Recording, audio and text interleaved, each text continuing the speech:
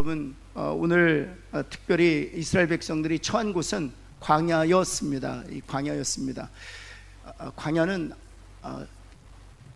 어디로 가야 될지 모르는 곳입니다. 광야는 다 사방이 뚫려 있는 곳이에요. 지평선이죠. 그래서 어떤 기호를 삼을 수 있는 것이 아무것도 없습니다. 이 광야는 정말 길을 알 수가 없는 곳입니다. 뿐만 아니라 광야는 먹을 것도 없어요. 먹을 것도 없어요. 여러분, 이스라엘 백성들은요, 애굽을 하나님의 은혜로 빠져나왔지만 직업 없이 그리고 먹을 것 마실 것 없는 그 광야로 이렇게 내몰리게 된 것입니다. 여러분, 1년을 그렇게 산 것이 아니에요. 2년을 그렇게 산 것이 아닙니다. 40년을 그렇게 살았어요. 옆에 있는 분에게 직업 없이 40년 동안 삽시다 한번 할까요? 이게 가능하겠습니까? 직업 없이 40년간 먹을 것 없이, 또 입을 것 없이, 또 마실 것 없이 그렇게 살아야 되는 광야로 내몰리게 된 것이죠. 여러분, 그때 하나님께서 오늘 이 15장을 통해서, 9장을 통해서 약속해 주시는 것이 있습니다. 그것이 무엇입니까? 세 가지만 좀 짧게 살펴보고 기도하기를 원하는데, 첫 번째는 하나님께서는 항상 우리를 인도하신다는 사실입니다. 하나님이 항상 우리를 인도하신다. 옆에 있는 분에게 하나님이 당신을 인도하십니다 한번 할까요? 여러분, 오늘 본문 그대로 말씀, 먹을 것이 없어도, 당장 마실 것이 없어도, 입을 것이 없어도, 심지어 직장이 없어도 하나님이 인도하신다는 사실이에요. 하나님이 인도하신다는 사실입니다. 여러분, 15절 말씀 볼까요?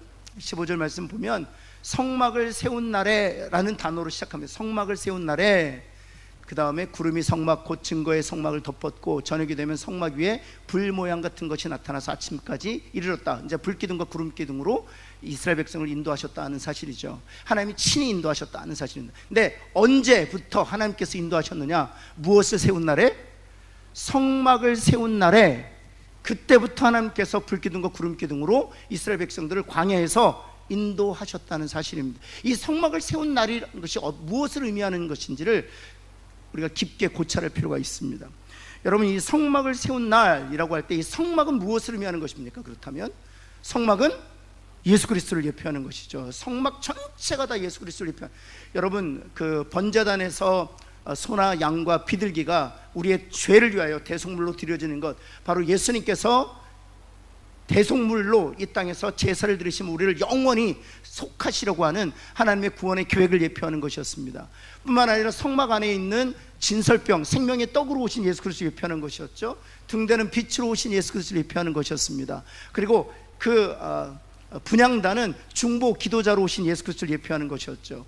또 뿐만 아니라 지성소 안에 있는 그 언약궤 역시 마찬가지입니다. 그 세 가지 성물 다 예수 그리스도를 예표하는, 성막 전체는 예수 그리스도를 예표하는 것이죠. 그 성막이 예루살렘 성전이 된 것이죠.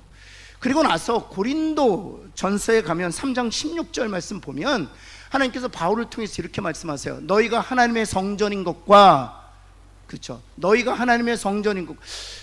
여러분, 성전의 그 전 모델은 성막이었어요. 성막은 모세에게 주신 것이고 그것은 광야 12진 한복판에 있었던 곳이었습니다. 그런데 솔로몬 시대에 그 성막이 예루살렘의 성전으로 세워진 것입니다. 그런데 고린도전서 3장 16절에서는 우리가 성전이라고 얘기하는 것입니다. 왜 우리가 성전인 것입니까? 바로 이 성막과 성전이 예수 그리스도를 예표하는 것이요, 그 예수 그리스도를 영접하여 나의 구주로 모신 자들이 바로 성전이라고 얘기하는 것이죠. 그래서 여러분, 옆에 있는 분에 당신이 성전입니다 한번 할까요? 여러분, 그래서 우리가 보통 성전 건축 하잖아요. 여러분, 성전 건축의 본래적인 의미가 무엇입니까? 성전 건축이란 복음전에서 예수 믿지 않는 자가 예수 믿게 하는 것입니다. 그리고 그가 그리스도를 닮아가도록 말씀으로 양육하는 것이 성전 건축이에요. 왜냐하면 성전은 바로 우리들이기 때문에.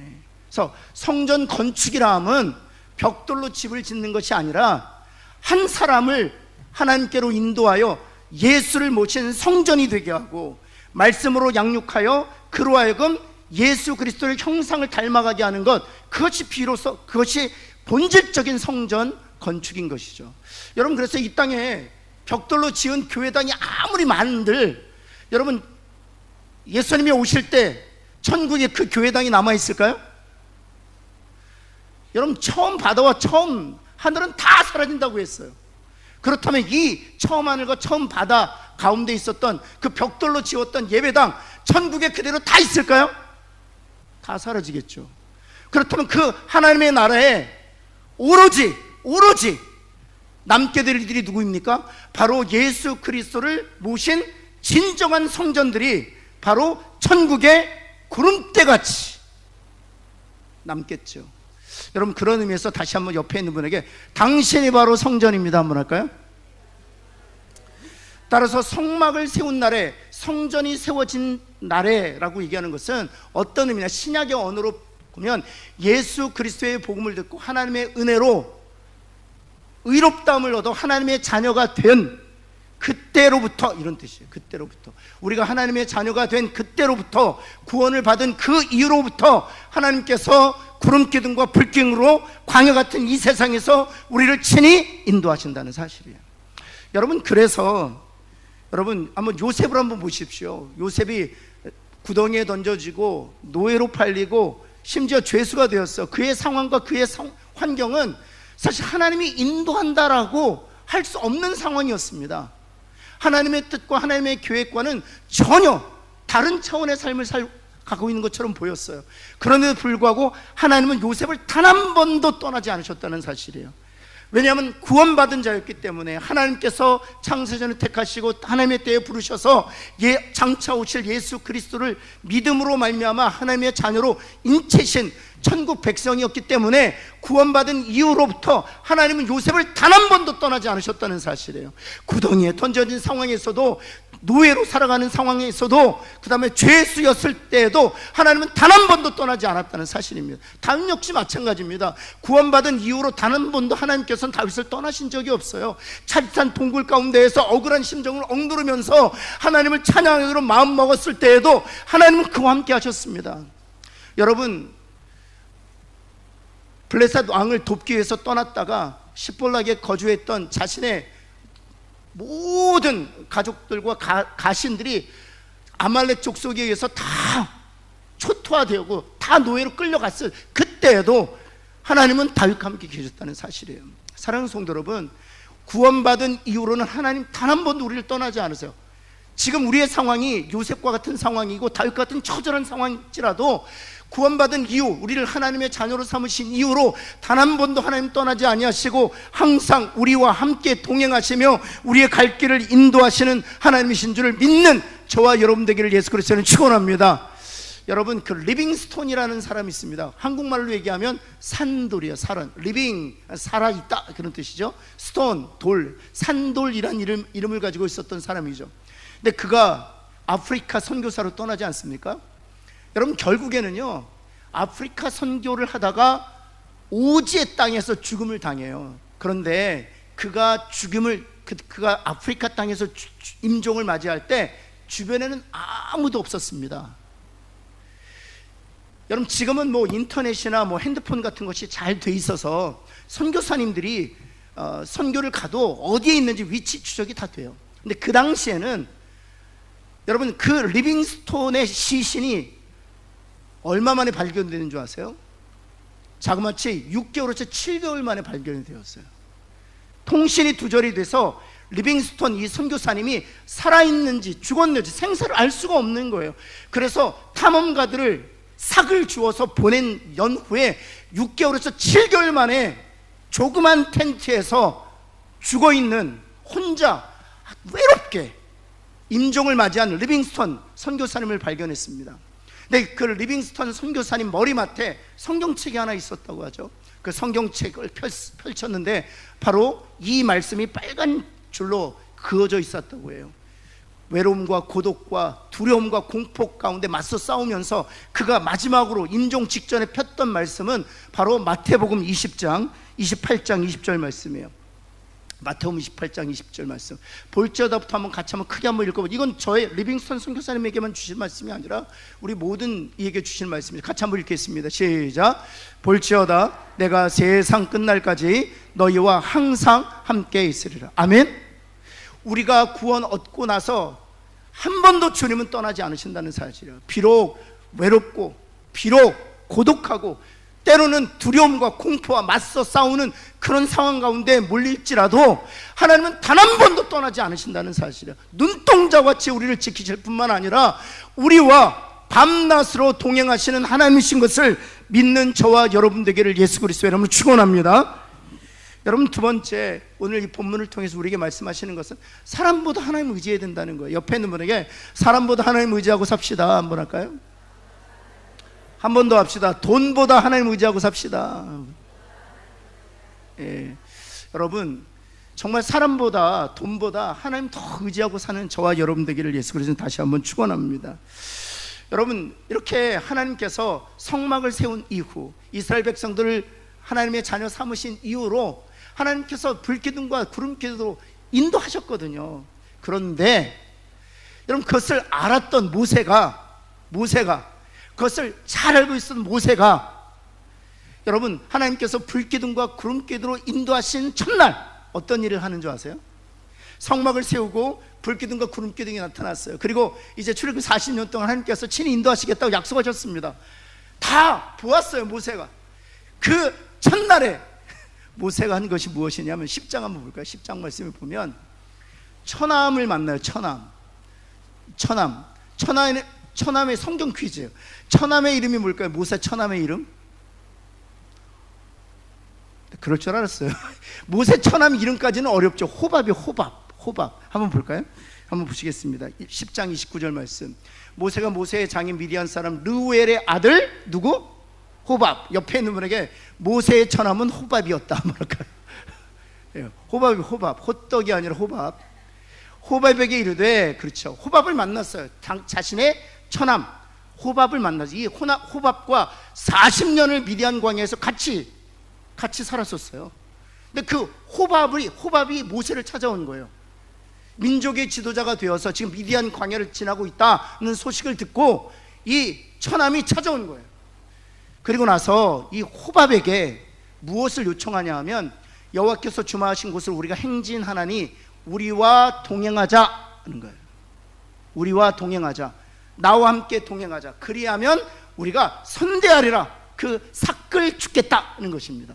호밥에게 우리와 동행하자 요청한 것입니다. 그 이유가 무엇일까요? 31절에 기록되어 있습니다. 31절 말씀을 보면 이 처남 호밥에게 우리와 함께 동행하자 했던 이유가 있어요. 광야에서 호밥에게 무엇을 요청하는 것입니까? 우리의 눈이 되어달라고 그래요. 우리의 눈이. 왜입니까? 호밥은 미디안 광야에서 태어나서 자랐던 사람이에요. 누구보다도 이 광야를, 그리고 그 지리를 잘 아는 사람이에요. 여러분, 성막이 세워진 날 불기둥과 구름기둥을 하나님께서 인도하시겠다고 그 불기둥과 구름기둥을 가시적으로 보여주신 날, 그 첫날에 모세가 누구에게 요청해요? 사람에게 우리의 눈이 되라. 아니, 누가 지금 눈이 되시겠다고 약속하신 거예요? 하나님이 내가 눈이 되겠다고 약속하셨는데 그 첫날, 아니 이튿날도 아니에요, 첫날에 호밥에게 우리의 눈이 되라고 요청하고 있다는 사실이에요. 한번 옆에 있는 분에게 바로 당신입니다 한번 이렇게. 정말 우리가 우리의 인생을 사람에게, 모세가 호밥을 의지했던 것처럼, 또는 돈에게, 물질에게 여러분 의지할 때가 얼마나 많은지 알 수 없어요. 그래서 사람이 없거나 물질이 없으면 우리 인생 망했다고 생각하는 거예요. 그렇지 않습니다. 하나님께서 우리의 눈이 되셔서 친히 우리를 인도하시는 하나님이신 우리의 아버지이신 것을 믿는 저와 여러분 되기를 예수 그리스도는 다시 한번 축원합니다. 여러분, 그럼에도 불구하고 하나님께서 어떻게 하셨는 줄 아세요? 그 첫날에 하나님이 눈이 되시겠다 이렇게 모세에게 가시적으로 불기둥과 구름기둥으로 말씀하시는 그날에 호밥을 의지했던 그 모세에 대하여 하나님 어찌 하셨느냐? 참, 하나님 정말 좋으신 분이에요. 34절 말씀 볼까요? 10장 34절 보면 한번 같이 한번 읽어볼까요? 시작. 그들이 진영을 떠날 때, 여기서 그들이라는 건 누구냐면 호밥과 그 무리들이에요. 호밥과 무리들이 떠날 때, 이제 떠났어요. 그 요청을 받아들이지 않고 떠났어요. 떠날 때 낮에는 여호와의 구름이 그 위에 덮였더라 이랬어요. 여러분, 모세는 호밥에게 우리의 눈이 되달라고 요청하던 그때에 하나님은 여전히 하나님의 언약과 약속을 신실하게 지키신다는 사실이에요. 사랑하는 성도 여러분, 하나님은 저와 여러분이 눈이 되어주시기를 결정하셨습니다. 아멘. 그러나 하나님이 우리의 눈이 되시겠다고, 우리를 인도하시겠다, 이 광야 같은 세상에 우리가 갈 길을 보여주시겠다고 약속하셨음에도 불구하고 우리는 사람을 의지하기도 하고 또 물질을 의지하기도 하고 다른 이 세상에 속한 것들을 의지할 것입니다. 그럼에도 불구하고 하나님은 신실하게 세상 끝날까지 우리의 눈이 되셔서 우리의 갈 길을 인도해 주시는 하나님이라는 사실이에요. 그 하나님을 오늘 밤에 신뢰하고 만나는 저와 여러분 되기를 간절히 소원합니다. 여러분, 그러고 보면 요셉과 다윗은 사람 의지하지 않았어요. 여러분, 노예로 살았지만 사람 보디발을 의지하지 않았어요. 여러분, 감옥에 있었지만 전옥지기 의지하지 않았습니다. 심지어는요, 술 맡은 관원장이나 떡 맡은 관원장을 통해서 한턱 보려고 하지도 않았어요. 사람 의지 않았어요. 오직 하나님만 의지했어요. 하나님 의지했을 때 하나님께서 요셉이 가야 할 길을 인도하셨다는 사실. 다윗 역시 마찬가지입니다. 군대와 병거 의지하지 않았습니다.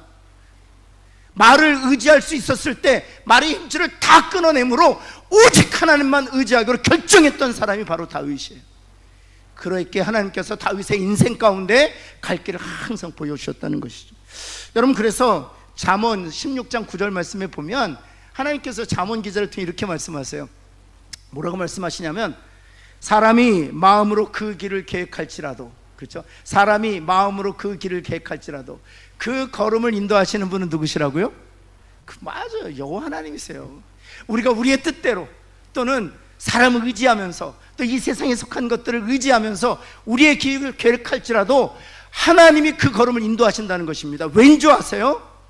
하나님이 우리의 눈이 되시기로 우리가 하나님의 자녀로 태어났을 때 결정하셨기 때문이에요. 지금도 하나님은 신실하게 그 약속을 지키시는 줄을 믿습니다. 그럼 세 번째, 그렇다면 하나님께서 인도하시는 방법을 알아야죠. 하나님께서 인도하시는 방법, 21절 22절 한번 볼까요?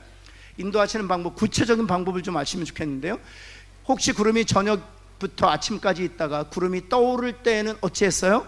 그들이 행진하였습니다. 22절 한번 볼까요?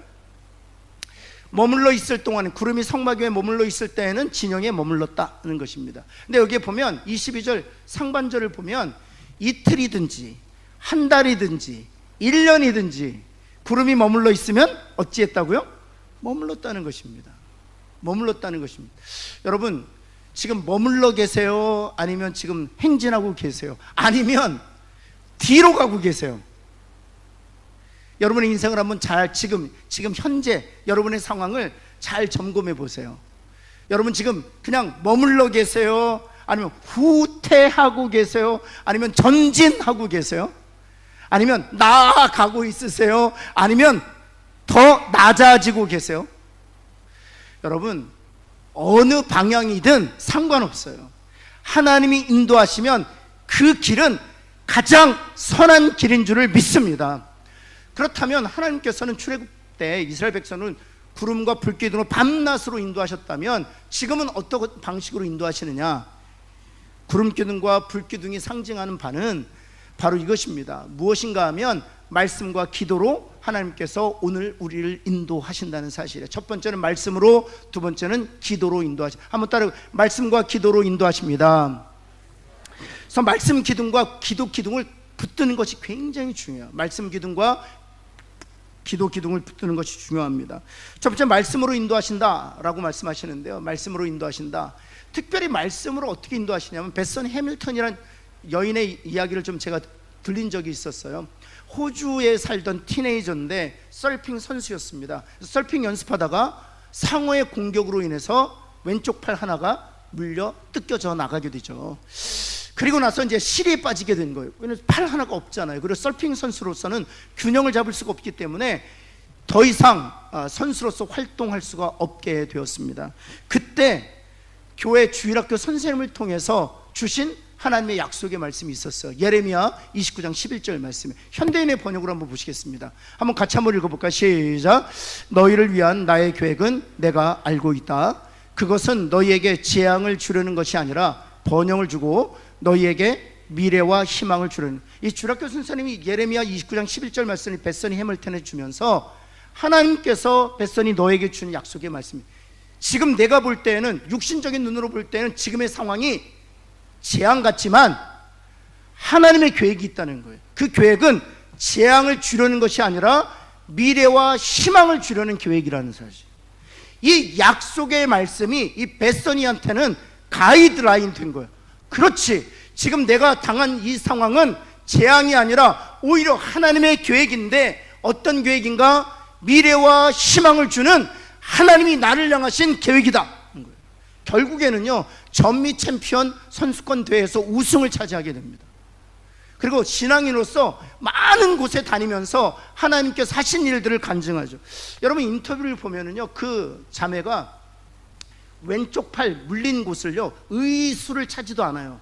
그리고 옷으로 가리지도 않아요. 그래서 인터뷰어가, 신문 기자가 묻습니다. 많은 여성들이 부끄러워서 옷으로 가리거나 아니면 의수를 할 터인데 왜 안 하시냐고 딱 한마디 했습니다. 하나님께서 하신 일을 내 몸으로 간증하기 위해서 제가 이거 가리지 않는다고. 사랑하는 성도 여러분, 정말 말씀 그것이 그녀의 가이드라인이 되었다는 사실. 여러분, 하나님은 오늘도 말씀으로 밤낮 우리를 인도하기를 원하신다는 사실이죠. 그래서 119편 105절 말씀에 시편 기자가 이런 고백을 합니다. 같이 한번 읽겠습니다. 시작. 주의 말씀은 내 발의 등이요 내 길의 빛. 그래서 말씀을 펼 때마다 우리가 이렇게 기도할 필요가 있습니다. 하나님, 오늘 제가 말씀을 펴니다. 제가 가야 할 길을 이 말씀을 통해서 보여주옵소서. 내가 판단하고 선택해야 되는 중요한 시점에 놓였는데 어떻게 판단해야 될까요? 어떻게 결정해야 될까요? 하나님 말씀하여 주옵소서. 이렇게 기도하는 마음으로 말씀을 펼 때 하나님께서 벳서니 해밀턴에게 예레미야 29장 11절 말씀을 주심으로 그녀의 갈 길을 보여주셨던 것처럼 하나님께서 반드시 우리가 갈 길을 보여주실 줄을 믿습니다. 두 번째는 기도로 인도하신다는 사실입니다. 기도로 인도하신다는 사실이에요. 여러분, 하나님께서 바울에게 약속하지 않았습니까? 감옥에서 예루살렘에서 나에 대하여 증언한 것처럼 로마에서 나에 대하여 증언해. 그 결과 그 약속이 이루어져서 배 타고 이제 이탈리아 로마로 가고 있던 길에 광풍을 만납니다. 광풍을 만나 다 죽게 되었을 때 여러분, 바울이 무엇을 하냐면 하나님 앞에 나와서 기도해요. 한번 볼까요? 그 결과를. 사도행전 27장 한번 볼까요? 사도행전 27장 23절 24절. 내가 속한 바 곧 내가 섬기는 하나님의 사자가 어젯밤에 내 곁에 서서 말하되. 어젯밤에 바울이 무엇하고 있었을까요? 뱀이창에서 하나님 앞에 기도하고 있었습니다. 어젯밤에 내 곁에서 하나님의 사자가 말씀하시되, 24절 한번 같이 한번 읽을까요? 시작. 바울아, 두려워하지 말라. 내가 가이사 앞에 서야 하겠고 또 하나님께서 너와 함께 항해하는 자를 다 내게 주셨다 하셨다는 거예요. 언제 이 말씀 주셨다고요? 기도할 때 주셨다고요. 여러분, 하나님께서 이제 어떻게 인도하실지를 구체적으로 기도 가운데 보여주셨다는 사실이에요. 여러분, 지금도 하나님께서는요 불기둥과 구름기둥으로 밤낮 우리가 가야 할 길을 보여주세요. 때로는 보이지 않습니다. 때로는 무엇을 먹을까, 무엇을 입을까, 때로는 나가야 되는지 아니면 또 뒤로 후퇴해야 되는지 알 수가 없어요. 그러나 그때 말씀을 펼고 하나님 앞에 간절히 기도하고, 기도하면서 하나님의 인도하심을 구할 때 하나님께서 불기둥과 구름기둥으로 40년 동안 인도하셨던 것처럼 우리를 이 광야에서 인도하여 주실 줄을 믿습니다. 여러분, 성경을 보면은요 구름기둥과 불기둥이 딱 그친 때가 있어요. 구름기둥과 불기둥이 계속 나타나서 이스라엘 백성을 인도하다가 딱 그친 데가 있어요. 언제 그쳤을까요? 요단강 건널 때 그쳤어요. 요단강 건널 때. 요단강 건널 때 딱 그쳤어요. 왜일까? 그건 무엇을 얘기하는 것입니까? 여러분, 우리가 하나님 나라에 들어갈 때 그때 하나님이 인도하시면 끝나는 거예요. 그것은 무엇을 우리에게 반증해 주는 것이냐 하면 하나님 그때까지 친히 우리를 인도하시겠다는 것입니다. 사랑하는 성도 여러분, 눈이 되셔서 우리와 함께 동행하시고 또 우리의 갈 길을 말씀과 기도 가운데 보여주실 그 하나님을 신뢰하고 오늘 밤에도 하나님 앞에 그 인도하심을 간절히 간구하고 기도하는 저와 여러분 되기를 예수 그리스도 이름으로 축원합니다.